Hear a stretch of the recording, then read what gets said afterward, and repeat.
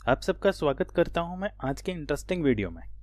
मैं Kuldeep Birwal, lecturer in commerce, government model Sanskriti senior secondary school Kalayat district Kaithal. आज आपके साथ में चर्चा करने वाला हूं कक्षा 11 से 12 का सफर। आज हम चर्चा करेंगे जो हम सीख कर आए हैं और वर्तमान कक्षा में हम क्या सीखने वाले हैं। इस चर्चा को मैं 3 हिस्सों में बांट रहा हूं।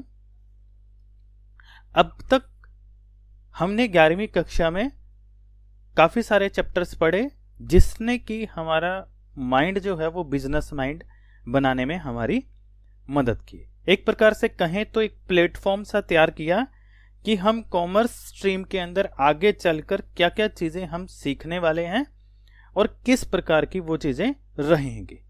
एक तरह से कहूं तो एक तरह से थ्योरेटिकल माइंड हमारा सेट कर दिया, थ्योरेटिकल चीजें हमें सिखा दी 11वीं कक्षा के व्यवसाय अध्ययन सिलेबस ने।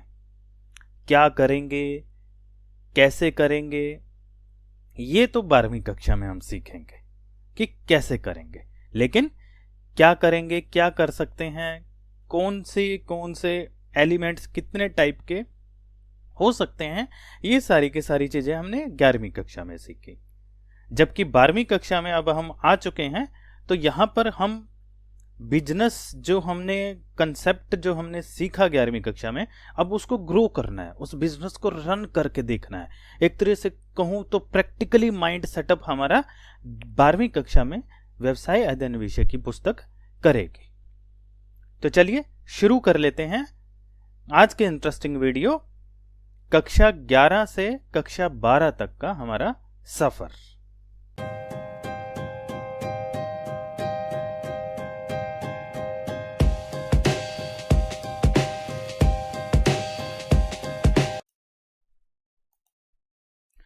तो आज हम क्या चर्चा करेंगे, पिछली कक्षा में हम क्या सीख के आए हैं, यानी कि 11th कॉमर्स में हमने क्या सीखा, वर्तमान कक्षा में हम क्या सीखेंगे। यानी 12th क्लास में अब हम हो गए हैं तो 12th क्लास में हम क्या क्या चीजें बिजनेस स्टडी के अंदर सीखने वाले हैं और पिछली कक्षा में सीखा हुआ वर्तमान कक्षा में कैसे काम आ सकता है। तो पहला और तीसरा पॉइंट इकट्ठा चलेगा और जो दूसरे वाला पॉइंट है वो अलग से चलेगा।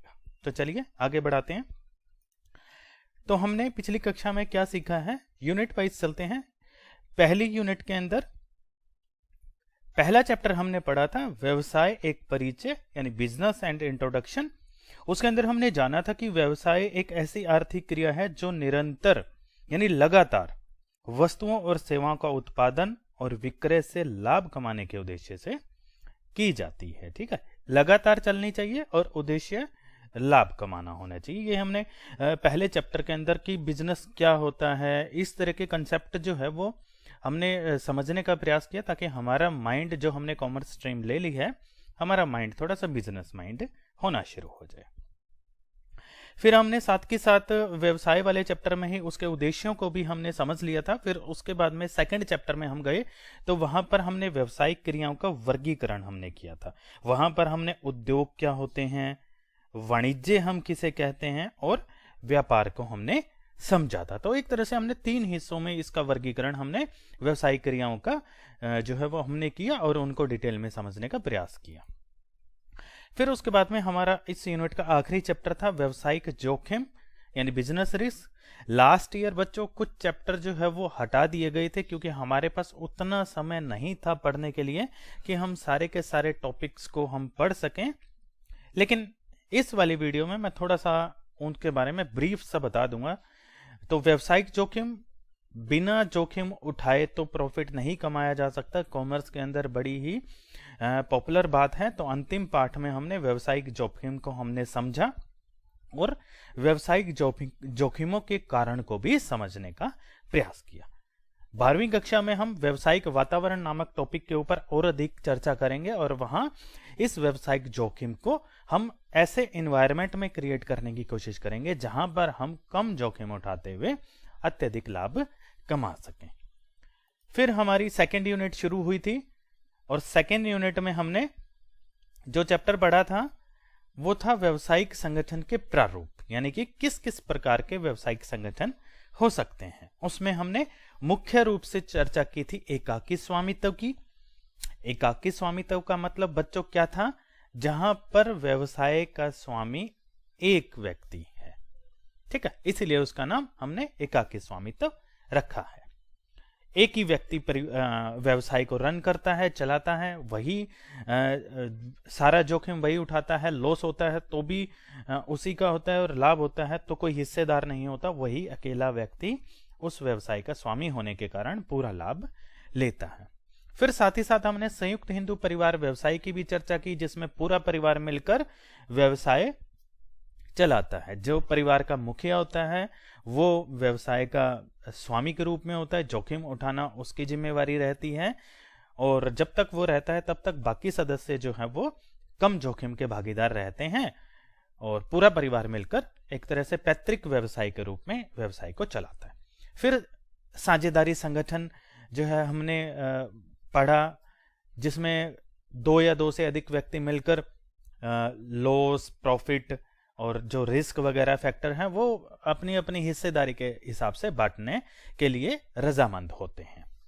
फिर उसके बाद में हमने पढ़ा था सहकारी समितियां भी हमने पढ़ी, और कंपनी संगठन भी हमने पढ़ा, जहां पर कंपनी जो है वो शेयर्स इश्यू करती है, डिवेंचर्स इश्यू करती है, जिसका +2 क्लास में हम बहुत ही ज़्यादा डिटेल में अकाउंटेंसी में भी और बिजनेस स्टडी में भी हम कंपनी के बारे में पढ़ने वाले हैं।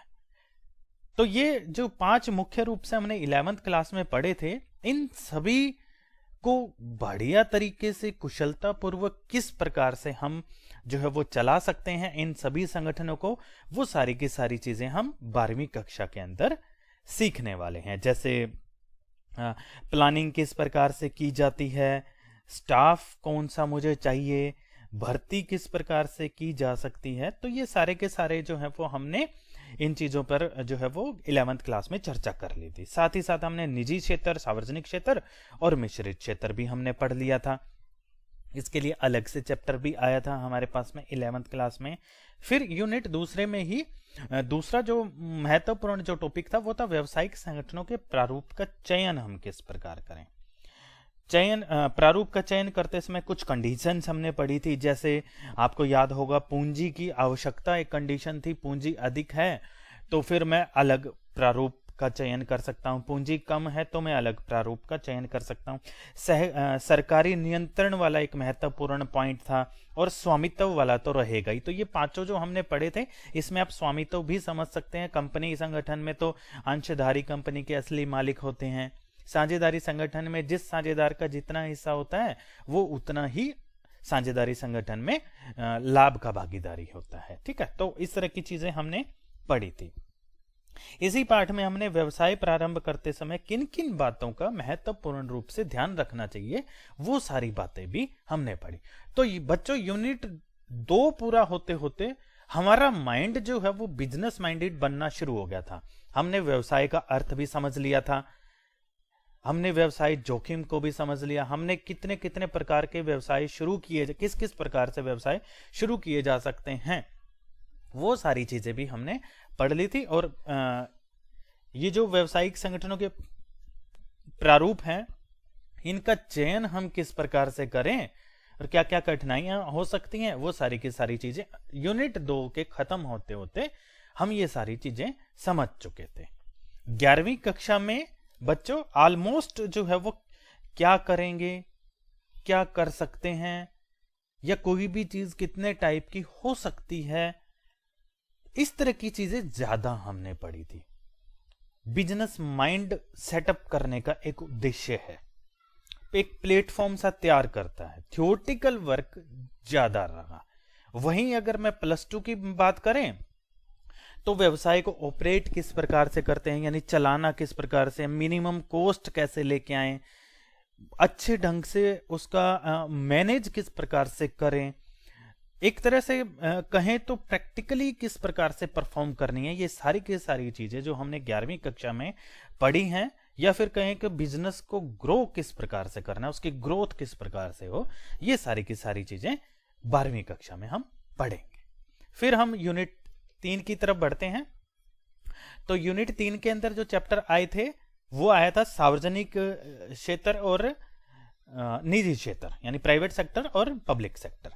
हमने निजी क्षेत्र और सार्वजनिक क्षेत्र को विस्तार रूप से जाना था यहां पर।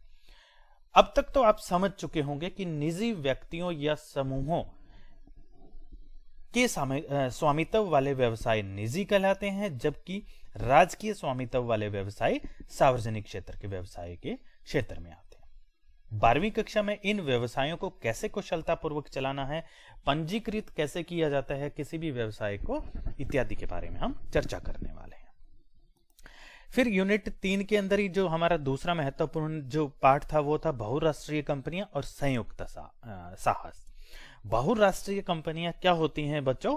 जो अपने देश के अलावा किसी और दूसरे एक या एक से अधिक देशों में भी व्यवसाय करती हैं, वो बहुराष्ट्रीय कंपनियां होती हैं। जैसे कि टाटा जो है वो अपनी गाड़ियां इंडिया में भी बेचती है और बाहर के देशों में भी बेचती है। या फिर मैं कहूं तो आपने कोल्ड ड्रिंक जरूर पी होगी, पेप्सी या कोका कोला, कोक वगैरह जो पी हैं, ये क्या है? ये कंपनियां अपने देश में तो इस प्रोडक्ट को बेच ही रही हैं, साथ ही साथ दूसरे देशों में भी इसको बेच रही। तो इस प्रकार की कंपनियां बहुराष्ट्रीय कंपनियां कहलाती हैं। इस प्रकार की कंपनियों को बड़ी मात्रा में पूंजी की आवश्यकता होती है। फिर हमने संयुक्त साहस भी पढ़ा था, ज्वाइंट वेंचर भी पढ़ा था। हमने इस चैप्टर में ये जाना था कि ये किस प्रकार से साझेदारी संगठन से अलग है। ठीक है, तो 3 यूनिट पूरी होते होते हमने काफी सारी चीजें बिजनेस से रिलेटेड जो है वो पढ़ ली थी। फिर हमने चौथी यूनिट में आए और वहां पर व्यवसायिक सेवाएं यानी बिजनेस को चलाने के लिए किस किस प्रकार की सेवाएं हमारे लिए उपलब्ध हैं, उनके बारे में हमने चर्चा की थी। जैसे कि आपको याद आ जाएगा, जैसे कि बैंकिंग के बारे में हमने डिटेल में हमने पढ़ा था कि बैंक जो है हमारे बचत के पैसे जमा करने का काम करता है और जरूरत पड़ने पर लोन देने का भी काम करता है। व्यवसाय में तो बैंक से बहुत सारी डीलिंग चलती रहती है। आजकल की अगर हम बात करें तो इंटरनेट बैंकिंग, मोबाइल बैंकिंग की आ जाने से बहुत सारी चीजें जो है वो हमारी सरल हो गई हैं। व्यवसाय को ओवरड्राफ्टिंग की सुविधा बहुत अधिक मात्रा में पड़ती है ताकि प्रोडक्शन ना रुके, और माल भी उठाना होता है उसको बहुत सारा। तो बैंकिंग जो हमारी सर्विसेज हैं वो हमारे व्यवसाय को चलाने में बहुत सहायता करती हैं। फिर बीमा, हमने जोखिम वाला पार्ट पढ़ा था पहले यूनिट में। तो बीमा जो है उस जोखिम को कम करने के काम आता है। इंश्योरेंस कंपनियां हमारे से थोड़ा सा मुआवजा लेकर और हमारे जोखिम को अपने ऊपर ले लेती हैं, अपने सहन करने, अपने लिए उनको ले लेती हैं। बहुत सारे लोग बीमा करवाते हैं, अगर किसी को जोखिम हो जाता है तो वहां पर बीमा कंपनी उस जोखिम के लिए मुआवजा देती है। फिर उसके बाद हमने पढ़ा था संदेशवाहन, कम्युनिकेशन अगर परफेक्ट हो तो व्यवसाय करना आसान हो जाता है। आप लोगों ने भी देखा होगा, आप दुकान पर जाते हैं सामान वगैरह खरीदने, तो जो दुकानदार हमसे अच्छे प्रकार से बात करता है, मीठा बोलता है, हम उस दुकान पर बार बार जाना पसंद करते हैं। तो इस प्रकार की चीजें हमने पढ़ी थी। और फिर उसके बाद में हमने संग्रहण के बारे में भी पढ़ा था। सबसे व्यवसाय के अंदर सबसे महत्वपूर्ण चीज होती है समय, कि चीज समय पर मिल जाए तो उससे बढ़िया कुछ नहीं है, क्योंकि कस्टमर तक समय पर चीज पहुंचने से ही वो चीज जो है वो बहुत ज्यादा मात्रा में बिक सकती है, अच्छे प्रॉफिट मार्जिन में बिक सकती है। तो संग्रहण उसमें बड़ा अच्छा काम करता है। हम एडवांस में चीजें बनाकर वहां पर स्टॉक के रूप में रख सकते हैं। इसके बारे में भी हमने 11वीं कक्षा में पूरा का पूरा डिटेल में पढ़ा था। हमने यातायात ट्रांसपोर्ट के बारे में भी जाना कि व्यावसायिक सेवाओं में महत्वपूर्ण है ट्रांसपोर्ट, क्योंकि सामान को इधर से उधर ले जाने के लिए तो हमें ट्रांसपोर्ट की आवश्यकता पड़ेगी। तो ये पांचों के पांचों हमने थ्योरेटिकल रूप से जान लिए। +2 में आकर हम इन सारी चीजों का प्रैक्टिकली किस प्रकार से हम प्रयोग करने वाले हैं, या हमारे व्यवसाय में कैसे कैसे इन चारों पांचों चीजों का कैसे प्रैक्टिकली हम यूज करेंगे, अच्छे प्रकार से यूज करेंगे, वो हमें 12वीं कक्षा में सीखने को मिलेगा। यूनिट नंबर 5 की अगर मैं बात कर लूं तो 5 में हमने ई बिजनेस के रूप में जाना। पिछले कुछ सालों से इलेक्ट्रॉनिक बिजनेस, इलेक्ट्रॉनिक बैंकिंग, ई बैंकिंग, ये सारे कंसेप्ट जो है बहुत तेजी से जो है वो फैले हैं। फिर जैसे कि कहें तो जैसे ऑनलाइन हम शॉपिंग करते हैं, आजकल सेलिंग परचेजिंग ऑनलाइन हो गई है। अमेजन आपने सुना होगा, फ्लिपकार्ट आपने सुना होगा। ये कुछ ऐसे मैंने दो एग्जांपल दिए हैं जो ऑनलाइन बिजनेस में बड़ा जबरदस्त जो है वो काम कर रहे हैं। तो हमने उसके डिटेल में पढ़ा था, +2 में जाकर हम इसको प्रैक्टिकली करना सीखेंगे। फिर इसके साथ साथ सेवाओं का बाह्यकरण, आउटसोर्सिंग ऑफ सर्विस। आप सब समझ गए थे कि सारा का सारा व्यवसाय के अंदर आने वाली चीजें, जिसमें सर्विसेज भी शामिल हैं, जिसमें रॉ मटेरियल भी शामिल है, वो सारा जरूरी नहीं है कि जब हम व्यवसाय शुरू करें वो सारे के सारे काम हम अपनी तरफ से करें।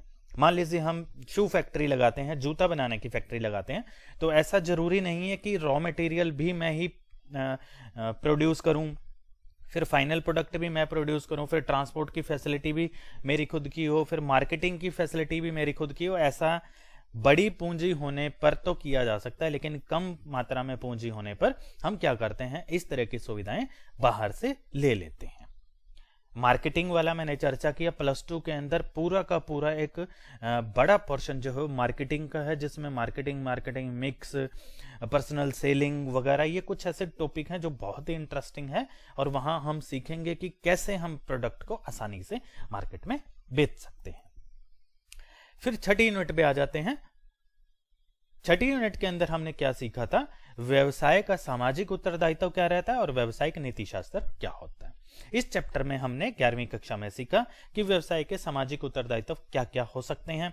उसको ऐसे प्रोडक्ट समाज के लिए बनाने चाहिए जो जनता के लिए उपयोगी हो, प्रदूषण वगैरह कम फैलाना चाहिए, कस्टमर के साथ धोखाधड़ी वगैरह नहीं करनी चाहिए। इस प्रकार के नीति शास्त्रों की हमने बात की थी। तो यहां पर हमने ये बताया था कि क्या क्या व्यवसाय के सामाजिक उद्देश्य होते हैं। तो +2 में जब हम जाएंगे तो वहां पर 2-3 ऐसे बढ़िया से टॉपिक आएंगे, जैसे कि कंज्यूमर प्रोटेक्शन एक्ट, जहां हम सीखेंगे कि अगर हमारे साथ कोई धोखा हो जाता है तो हम किस प्रकार से उस धोखे से जो है बच सकते हैं या फिर न्याय की डिमांड कर सकते हैं। साथ के साथ हमने सामाजिक नैतिकता की यहां बात की थी, सामाजिक आवश्यकता की हमने बात की, सामाजिक उत्तरदायित्व के पक्ष और विपक्ष के बारे में भी हमने यहाँ पर चर्चा की थी।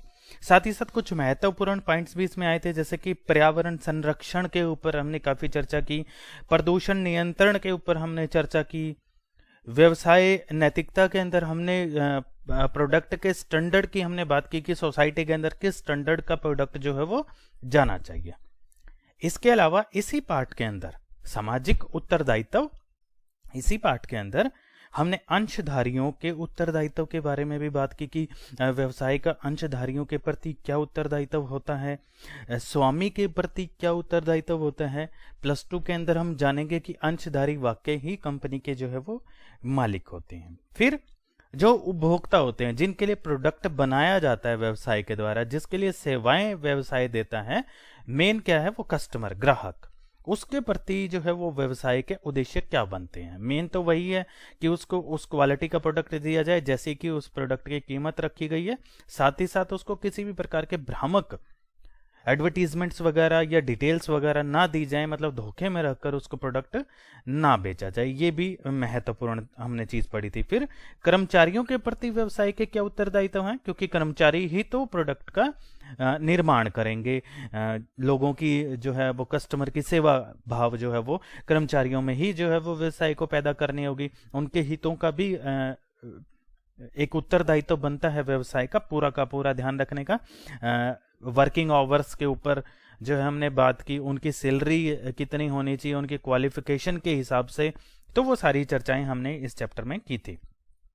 फिर सरकार के प्रति जो है व्यवसाय का क्या उत्तरदायित्व बनता है, समय पर टैक्स वगैरह जो भी बनता है वो समय पर दे और सही प्रकार के अपने खातों की सूचनाएं भी सरकार को दे। और समाज के प्रति व्यवसाय का क्या उत्तरदायित्व बनता है, प्रदूषण वगैरह, पर्यावरण संरक्षण, समाज के लिए समय समय पर कुछ समाज से जुड़ी हुई चीजें ऑर्गेनाइज करते रहना भी एक व्यवसाय का सामाजिक उद्देश्य बनता है। तो इस वीडियो के अंदर इतना ही शामिल करेंगे, क्योंकि मैंने पहले ही आपको बताया था कि इस पूरे के पूरे जो कंसेप्ट है 11वीं से 12वीं तक का सफर, उसमें हमने 3 हिस्सों में इसको डिवाइड किया है, जिसमें पहले हिस्से में आज आपने 11वीं कक्षा के बिजनेस स्टडीज के अंदर यूनिट 6 तक का सिलेबस के अंदर आपने क्या पढ़ा था उसके ऊपर मैंने चर्चा कर ली। दूसरे पार्ट में भी 11वीं की अगली आने वाली 6 यूनिट्स के ऊपर चर्चा करेंगे और फिर तीसरा जो भाग रहेगा उसमें हम 12वीं कक्षा में व्यवसाय अध्ययन विषय के अंदर क्या क्या चीजें पढ़ने वाले हैं उनके ऊपर हम विस्तार से चर्चा करेंगे। तो उम्मीद करता हूं आप सबने वीडियो ध्यान से देखी होगी और सुनी होगी। आप सबका हार्दिक धन्यवाद।